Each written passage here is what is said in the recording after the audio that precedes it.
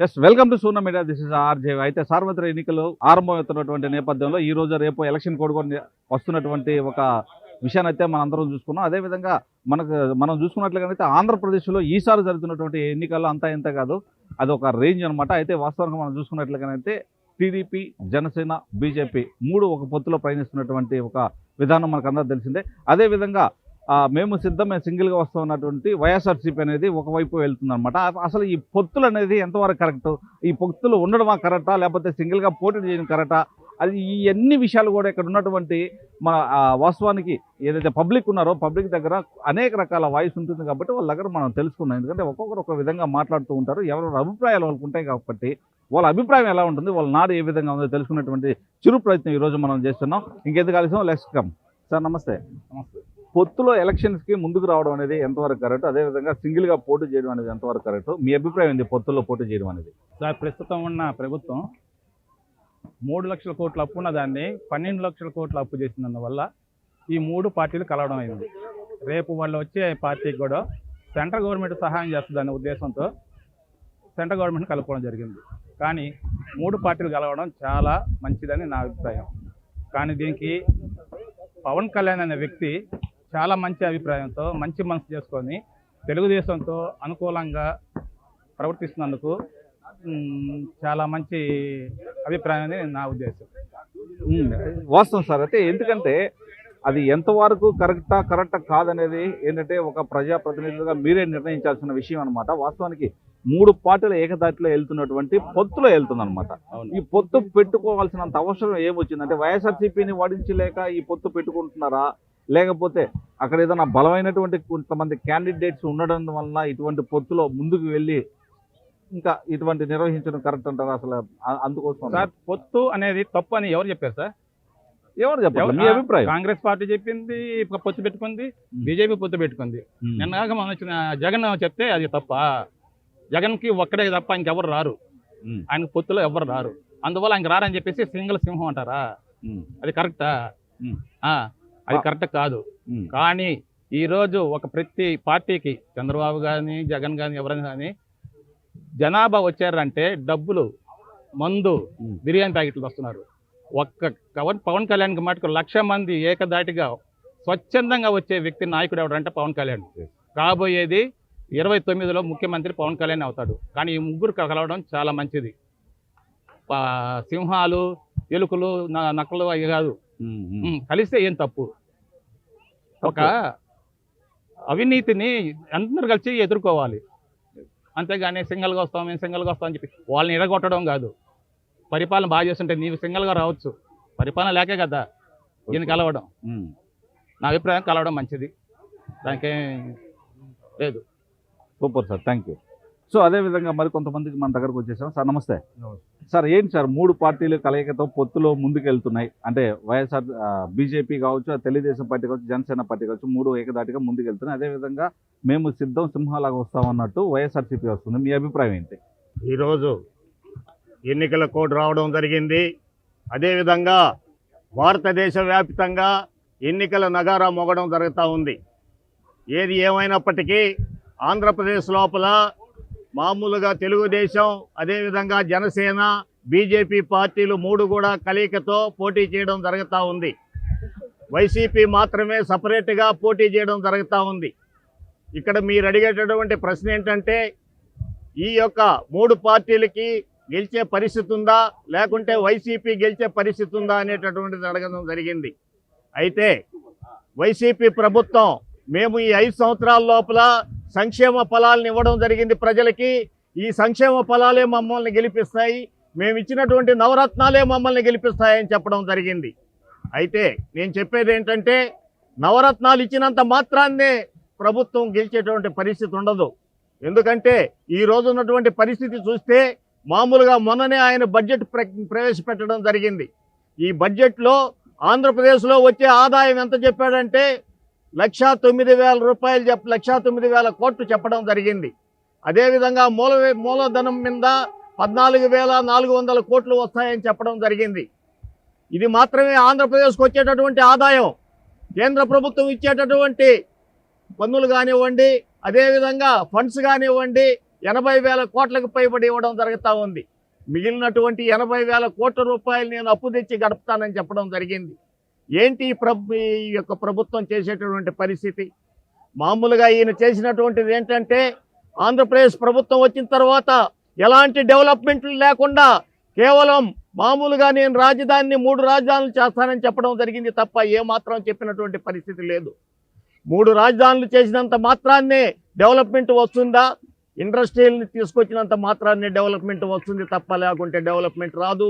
ఉద్యోగులు మామూలుగా ఉద్యోగం అనేటటువంటిది దొరకదు. అయితే ఈ జగన్ చేసినటువంటి పరిస్థితి ఏంటంటే, అమరావతి రాజధానిని సర్వనాశనం చేయడం జరిగింది. రైతులు 33,000 ఎకరాలు ఇవ్వడం జరిగింది. 33,000 ఎకరాల్లో ప్రభుత్వానికి 8,500 ఎకరాలు రావడం జరుగుతూ ఉంది.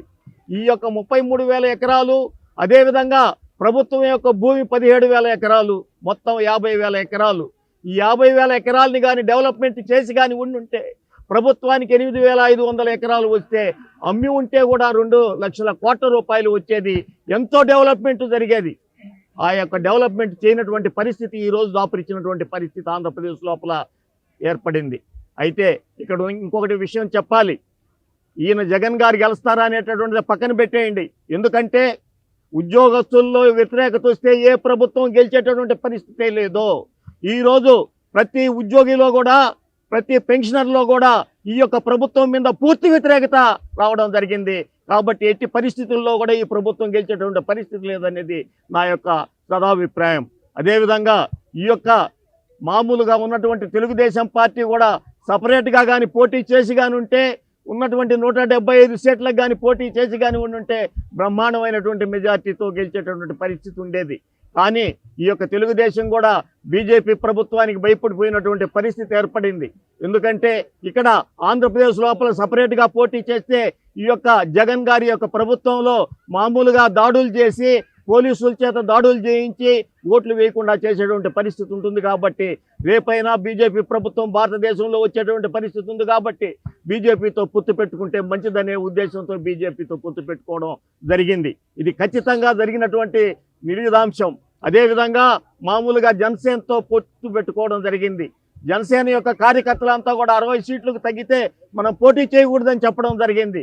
కానీ మామూలుగా పవన్ కళ్యాణ్ ఎంతో మంచి హృదయంతో బీజేపీకి కొన్ని సీట్లు ఇచ్చి, మామూలుగా కొన్ని సీట్లు మాత్రమే పరిమితంగా పోటీ చేస్తూ, మామూలుగా ఈ యొక్క ప్రభుత్వంలో ఉన్నటువంటి జనసేన, ఈ యొక్క బీజేపీ, తెలుగుదేశం ముగ్గురం కలిసి పోటీ చేస్తేనే ఈ యొక్క వైసీపీని ఓడించగలుగుతాం అనేటువంటి ఈ యొక్క దృఢ సంకల్పంతో ఈ పోటీకి అంగీకరించడం జరిగింది. కాబట్టి ఎట్టి పరిస్థితుల్లో కూడా ఈ యొక్క ఉన్నటువంటి పరిస్థితుల్లో 3 పార్టీలు గెలిచేటువంటి పరిస్థితి ఉంది. అయితే నేను ఒకటే చెప్తున్నాను, ఈ యొక్క చంద్రబాబు నాయుడు కూడా నేను వస్తే అనేక పథకాలు ప్రవేశపెడతాను, అనేక ఉచిత పథకాలు ఇవ్వడం జరుగుతూ ఉందని చెప్పడం జరిగింది. నేను ఒకటే చెప్తున్నాను, ప్రజలకు కావాల్సింది కూడు గుడ్డ, నీరు, అదేవిధంగా చదువు, వైద్యం, ఇంత మాత్రమే కావాలి తప్ప మిగతా అన్నీ కూడా అక్కర్లేనటువంటి పరిస్థితి. ఈ యొక్క మహిళలకింత, వాళ్ళకింత, వీళ్ళకింత అని అనేక పథకాలు ప్రవేశపెట్టడం జరిగింది. ఈ పథకాలు ప్రవేశపెట్టడం కూడా కరెక్ట్ కాదనేటువంటిది నా అభిప్రాయం. ఈ యొక్క పథకాలు ప్రవేశపెట్టకపోయినప్పటికీ కూడా గెలిచేటటువంటి వాడు, కానీ ఈ యొక్క పథకాలని ప్రవేశపెట్టడం జరిగింది. ప్రజల్లో ఏం అభిప్రాయం ఉండిందంటే, చంద్రబాబు నాయుడు జనసేన వామపక్షాలతో కలిసి పోటీ చేస్తే బ్రహ్మాండమైనటువంటి మెజార్టీతో గెలుస్తారనే ఉద్దేశం ఉండింది. కానీ వామపక్షాలను పక్కన పెట్టేసి ఈ యొక్క బీజేపీతో పొత్తు పెట్టుకోవడం జరిగింది. ఏది ఏమైనప్పటికీ కూడా ఆంధ్రప్రదేశ్లో ఉన్నటువంటి పరిస్థితిని చూస్తే మామూలుగా ప్రతి ఉద్యోగి కూడా ఈ యొక్క మామూలుగా జగన్ ప్రభుత్వం మీద వ్యతిరేకత తెలియజేయడం జరుగుతూ ఉంది. ఈ యొక్క ప్రభుత్వం మీద వ్యతిరేకతతో వైసీపీ ప్రభుత్వాన్ని ఓడించాలనేటువంటి దృఢ సంకల్పంతో ప్రతి ఉద్యోగి ఉన్నందువలన ఖచ్చితంగా రాబోయేటటువంటి రోజుల్లో ఏం జరుగుతుంది అనేటువంటి ప్రజలందరూ తీర్పిచ్చేటువంటి పరిస్థితి ఉందనేటువంటిది నా యొక్క సదాభిప్రాయం. కాదు సార్, నమస్తే. అయ్యి బాగున్నారా? చాలా రోజుల తర్వాత కలిసి. ఏది మీ అభిప్రాయం ఏంది? 3 పార్టీలు ఏకదాటిగా ముందుకు రాబోతున్నాయి, అదేవిధంగా వైసీపీ ఒకటే ముందుకు రాబోతుంది. సో అట్లా పొత్తు కరెక్ట్ అంటారా లేదా, లేకపోతే ఏంటి మీ అభిప్రాయం ఏంటి? బీజేపీ పార్టీ సెంట్రల్ గవర్నమెంట్ అది మొత్తం భారతదేశం అంతా ఉండేది. వాళ్ళు ముగ్గురు మాట్లాడుకొని, ముగ్గురు కలుసుకొని పోటీ చేస్తున్నారు. ఈ జగన్మోహన్ రెడ్డి పేదోళ్ళు వేస్తున్నారు, నేను పేదోళ్ళకి డబ్బులు బటన్ నొక్కుతున్నాను, వాళ్ళందరూ నాకేస్తారని ఈయన అనుకుంటున్నాడు. కానీ ప్రజలు అందరూ ఉండాలా, ఒక దేశం అన్నా ఒక రాష్ట్రం అన్నా పేదోళ్ళు ఉండాలా, డబ్బు ఉండేవాళ్ళు ఉండాలా, అందరూ బతకాలా అని ఆలోచించాలా. ఎవరు వచ్చినా ఒకసారి అన్నాడు వాళ్ళ నాయన బాగా చేశాడు కాబట్టి ఈయన కూడా బాగా చేస్తాడని వేసాము. తర్వాత ఏంటంటే అందరూ ఉండాలంటే ఊరికే మామిడికాయలు కాసద్దు చెట్టు, ఆ మామిడి చెట్టు ఉంటేనే మామిడికాయలు తింటారు. ఆ డబ్బు కట్టేవాడు జిఎస్టీలు కానీ ఉద్యోగస్తులు కానీ ఎవరైనా ట్యాక్సీలు కడుతుంటే అవి తీసుకొని పేదవాళ్ళకి ఇస్తాం, కానీ మన సొంత డబ్బులేవి ఇవ్వము. అది అందరికీ తెలుసు. ఏదైనా చేయాలంటే ప్రతి ఒక్కరూ ఉండాలి. కుటుంబంలో అన్నం ఉండాలా, గిన్నె గడిగే ఉండాలా, తినేవాడు ఉండాలా, పొలం దున్నేవాడు ఉండాలా, ఆ విధంగా ఉండాలి పరిపాలన.